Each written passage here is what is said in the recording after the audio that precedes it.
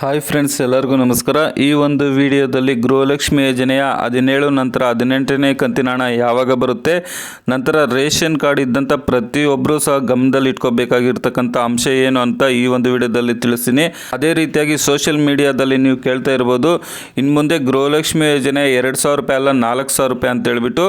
So ಈ ಎಲ್ಲದ್ರ ಬಗ್ಗೆ ಸಂಪೂರ್ಣವಾದ ಮಾಹಿತಿಯನ್ನು ಈ ಒಂದು ವಿಡಿಯೋದಲ್ಲಿ ಕೊಡ್ತೀನಿ ಸ್ನೇಹಿತರೆ. ಹಾಗಾಗಿ ವಿಡಿಯೋವನ್ನು ಪೂರ್ತಿಯಾಗಿ ನೋಡಿ. ಅದೇ ರೀತಿಯಾಗಿ ಯಾರೆಲ್ಲ ಮೊದಲ ಬಾರಿಗೆ ನಮ್ಮ ಯೂಟ್ಯೂಬ್ ಚಾನಲನ್ನು ನೋಡ್ತಾ ಇದ್ದೀರಾ ಅಂಥವರು ತಪ್ಪದೆ ಸಬ್ಸ್ಕ್ರೈಬ್ ಮಾಡ್ಕೊಳ್ಳಿ ಸ್ನೇಹಿತರೆ.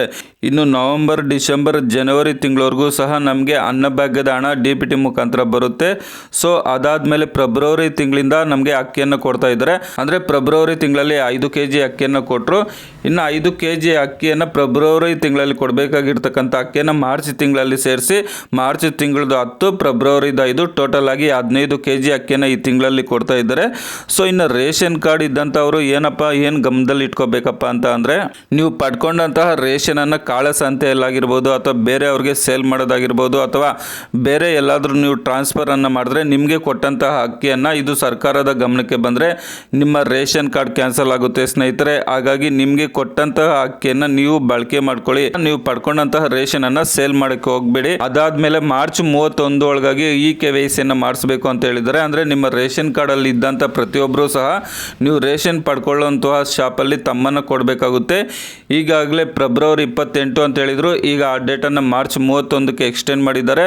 ಸೊ ಕುಟುಂಬದಲ್ಲಿರ್ತಕ್ಕಂಥ ಪ್ರತಿಯೊಬ್ಬರು ಸಹ ತಮ್ಮನ್ನು ಕೊಡಬೇಕಂದ್ರೆ ಅಷ್ಟು ಸುಲಭವಾಗಿ ಆಗೋದಿಲ್ಲ. ತುಂಬ ಜನ ಇರ್ತಾರೆ, ಸರ್ವರ್ ಸಹ ಸಮಸ್ಯೆ ಇರುತ್ತೆ. ಹಾಗಾಗಿ ಈ ಡೇಟನ್ನು ಎಕ್ಸ್ಟೆಂಡ್ ಸಹ ಮಾಡೋ ಅವಕಾಶಗಳಿದೆ. ಆದರೆ ಏನಾದರೂ ರೇಷನ್ ಶಾಪ್ ಅವರು ನಿಮ್ಮ ಕುಟುಂಬದಲ್ಲಿರ್ತಕ್ಕಂಥ ಎಲ್ಲರದು ತಗೊತಾ ಇದ್ರೆ ನೀವು ನಿಮ್ಮ ಕುಟುಂಬದಲ್ಲಿರ್ತಕ್ಕಂಥ ಎಲ್ಲರೂ ಸಹ ತಮ್ಮನ್ನು ಕೊಡಿ ಸ್ನೇಹಿತರೆ. ಸೋಷಿಯಲ್ ಮೀಡಿಯಾದಲ್ಲಿ ನೀವು ಈಗಾಗಲೇ ನೋಡ್ತಾ ಇರ್ಬೋದು, ಇನ್ನು ಮುಂದೆ ಗೃಹಲಕ್ಷ್ಮಿ ಯೋಜನೆಯ 2,000 ರೂಪಾಯಿ ಅಲ್ಲ 4,000 ರೂಪಾಯಿ ಅಂತ ಹೇಳ್ಬಿಟ್ಟು.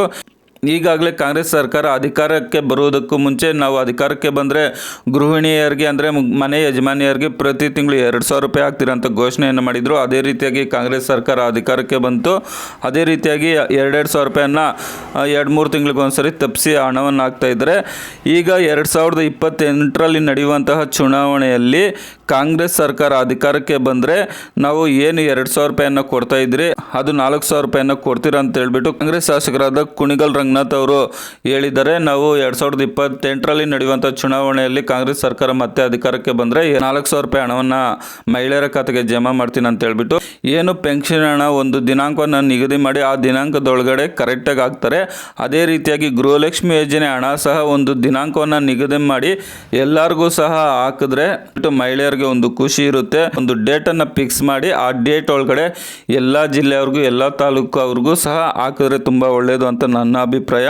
ಇನ್ನು ಈಗಾಗಲೇ ತುಂಬ ಜನ ಕಮೆಂಟನ್ನು ಮಾಡ್ತಾ ಇದ್ದಾರೆ, ನಮಗೆ 15ನೇ ಕಂತಿನ ಹಣ ಬಂದಿಲ್ಲ, 16ನೇ ಕಂತಿನ ಹಣ ಬಂದಿಲ್ಲ, 17ನೇ ಕಂತಿನ ಹಣ ಬಂದಿಲ್ಲ, 18ನೇ ಕಂತಿನ ಹಣ ಯಾವಾಗ ಆಗ್ತಾರೆ ಅಂತ ಹೇಳ್ಬಿಟ್ಟು ಕೇಳ್ತಾ ಇದ್ರ. ಈಗಾಗಲೇ 17ನೇ ಕಂತಿನ ಹಣವನ್ನು ಕಂಪ್ಲೀಟ್ ಮಾಡಿ 18ನೇ ಕಂತಿನ ಹಣವನ್ನು ಆಗಬೇಕಾಗಿತ್ತು.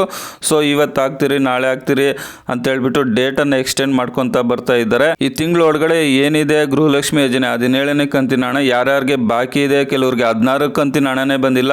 ಸೊ ಯಾರ್ಯಾರಿಗೆ ಬಾಕಿ ಇದೆ ಅಂತ ಅವ್ರಿಗೆಲ್ಲ ಸರ್ಕಾರ ಗಮನಿಸ್ಕೊಂಡು 17ನೇ ಕಂತಿನ ಹಣವನ್ನು ಹಾಕಿದ್ರೆ ತುಂಬ ಒಳ್ಳೆಯದು ಸ್ನೇಹಿತರೆ. ನೀವು ಮಾಡುವಂಥ ಪ್ರತಿಯೊಂದು ಕಮೆಂಟ್ಸ್ ಸರ್ಕಾರ ನೋಡಿದ್ರೆ ಆಗ ಸರ್ಕಾರಕ್ಕೆ ಗೊತ್ತಾಗುತ್ತೆ. ಸೊ ಎಷ್ಟು ಕಂತುಗಳ ಹಣ ಬಾಕಿ ಇದೆ, ಯಾವ ಜಿಲ್ಲೆಯವ್ರಿಗೆ ಬಾಕಿ ಇದೆ ಅಂತ ಗೊತ್ತಾಗುತ್ತೆ. ಹಾಗಾಗಿ ನೀವು ಕಮೆಂಟ್ ಮಾಡಿ ಸ್ನೇಹಿತರೆ.